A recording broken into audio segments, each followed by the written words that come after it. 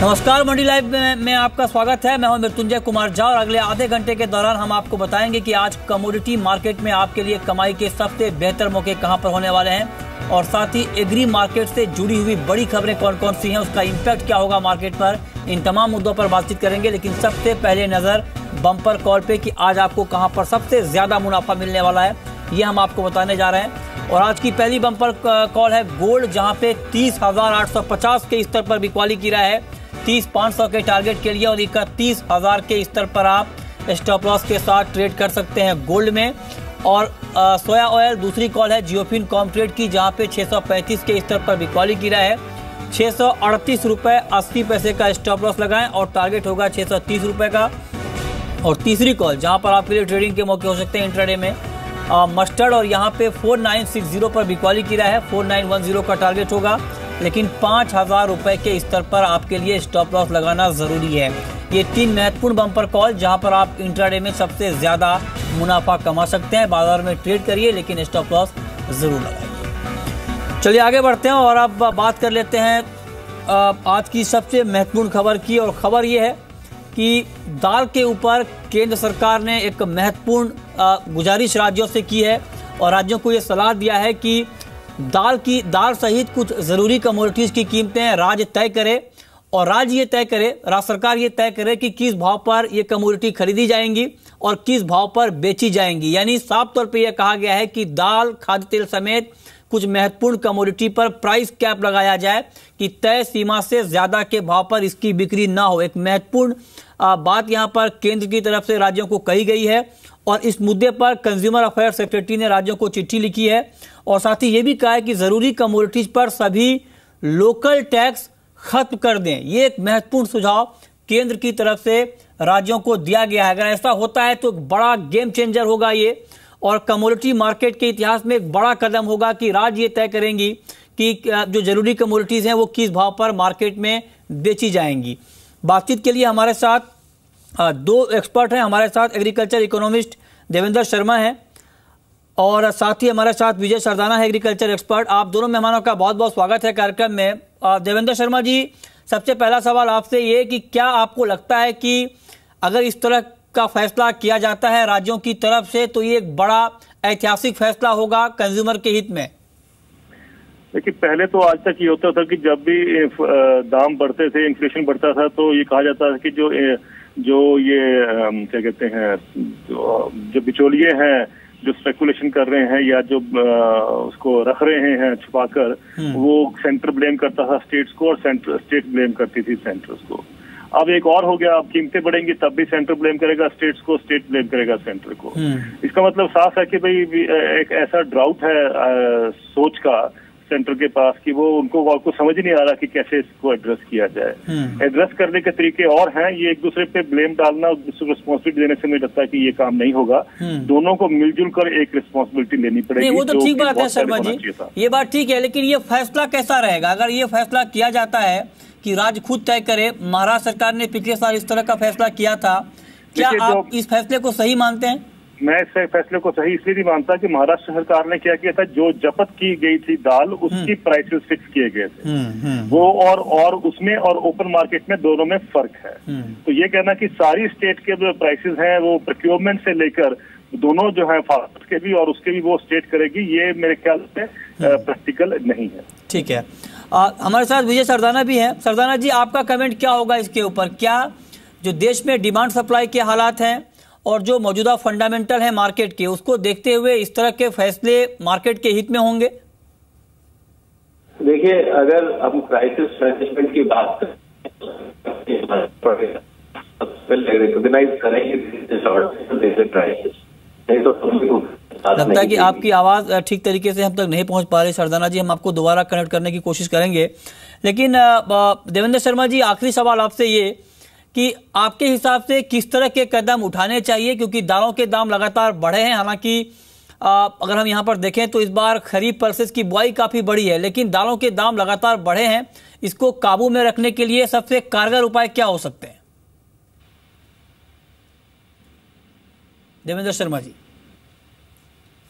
लगता है हमारा संपर्क इनसे टूट गया, लेकिन आपको बता दें कि जो दालों की बुआई है दालों की बुआई के मोर्चे पर बहुत अच्छी खबर आई है और 22 जुलाई तक जो दालों की बुआई है वो 39% से ज्यादा बढ़ी है खरीफ पल्सेस की पिछले साल के मुकाबले, और 90 लाख हेक्टेयर से ज्यादा में दालों की बुआई हुई है। और एक हफ्ते में यानी कि लास्ट वीक के मुकाबले दालों की बुआई करीब 27% बढ़ी है। कर्नाटक में बुआई का रकबा 87% तक बढ़ा है और महाराष्ट्र और राजस्थान जो कि अहम उत्पादक राज्य हैं, यहां पर भी बुआई का रकबा 30 से 35% तक बढ़ा है। विजय सरदाना, क्या लगता है आपको, जो बुआई में यहां पर अच्छा खासा इजाफा हुआ है, इसका सेंटिमेंटल इंपैक्ट प्राइस के ऊपर पड़ता हुआ देख रहे हैं? और क्या ये माना जाए कि जब ये नई क्रॉप आएगी फसल में तो दालों की कीमतों में तेज गिरावट आएगी?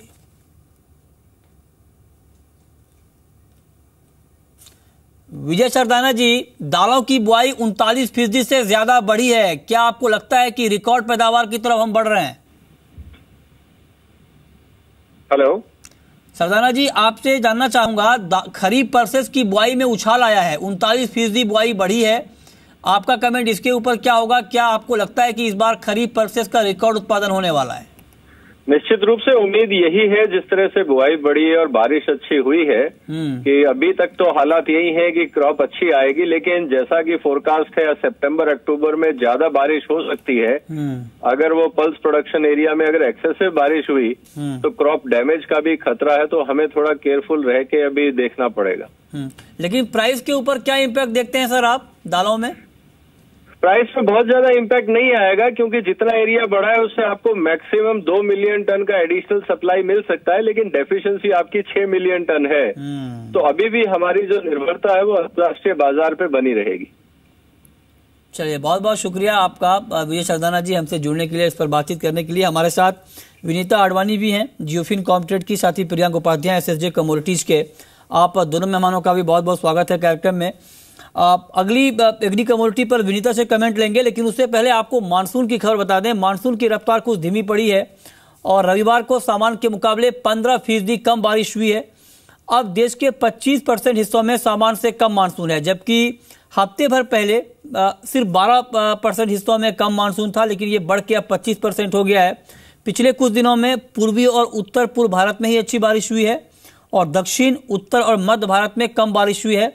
दक्षिण भारत में जुलाई के महीने में सिर्फ 6 दिन यानी कि 25 दिन में सिर्फ 6 दिन सामान्य बारिश हुई है। उत्तराखंड, हिमाचल प्रदेश में इस हफ्ते भारी बारिश की चेतावनी जारी की गई है और कुछ दिनों में पूर्वी भारत में भी झमाझम बारिश हो सकती है। इस बात का अनुमान मौसम विभाग की तरफ से जताया गया है। मानसून की खबर का विनीता आडवाणी, आप ओवरऑल एग्रीकल्चर फ्यूचर मार्केट पे क्या इंपैक्ट देख रही है? अगर नेट बताया जाए तो मॉनसून का प्रोग्रेस बहुत ही बढ़िया था।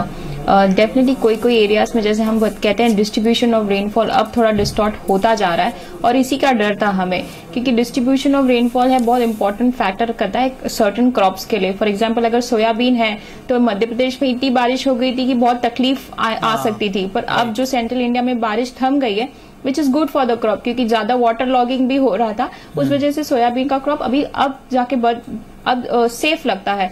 तो डिस्ट्रीब्यूशन ऑफ रेनफॉल अब ऑयल सीड्स के लिए काफी सेटिस्फैक्ट्री है। मुझे लगता है काफी प्रेशर और आ सकता है प्राइजेस में, क्योंकि इंटरनेशनल में भी काफी अच्छा वेदर बताया जा रहा है। तो ऑयल सीड्स के लिए तो ये वेदर डिस्ट्रीब्यूशन बहुत ही बढ़िया बताया जा रहा था। ग्वार के लिए कह सकते हैं कि वेस्ट में जिस हिसाब से बारिश अब थम गई तो थोड़ा बहुत कंसर्न्स लग रहा था, इसलिए हमने ग्वार के प्राइसेस को भी काफी रैली करते हुए देखा था। पर आने वाले समय में वापस यही है फैक्ट कि अगस्त में अगर थोड़ा और ठीक बारिश हो जाती है तो ग्वार के लिए वापस सपोर्ट होगा। तो ये सिलेक्टिव कमोडिटीज के लिए जो स्टॉल था मॉनसून का वो पॉजिटिव ही है और हेंस प्राइसेस के लिए नेगेटिव रहेगा।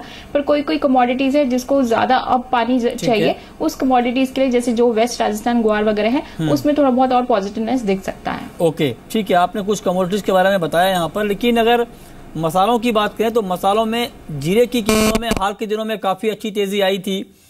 क्या आपको लगता है कि आज हालांकि मार्केट थोड़ा सा करेक्शन के मूड में है, 55 रुपए नीचे है, करंट मार्केट प्राइस पर जीरे में क्या करना चाहिए? मुझे लगता है जीरा जी लगता है अभी कुछ दिक्कत आ रही है तकनीकी तौर पे, लेकिन जीरे में अगर हम यहाँ पर देखें तो मार्केट लगातार तेजी के मूड में था और 20,000 के बेहद करीब पहुंच चुका है। अभी भी मार्केट 19,800 रुपए के स्तर पर जीरे में बाइंग की कॉल है। जियोफिन कॉमट्रेड की 20,030 का टारगेट होगा। 19,600 रुपए के स्तर पर आप स्टॉप लॉस के साथ ट्रेड कर सकते हैं। तो ये आप देख रहे हैं कि किस तरह से मार्केट में यहाँ पर हलचल देखने को मिल रही है और उसको यहाँ पर नजर के साथ यहाँ पर बाजार में नजर बनाकर आप ट्रेड कर सकते हैं।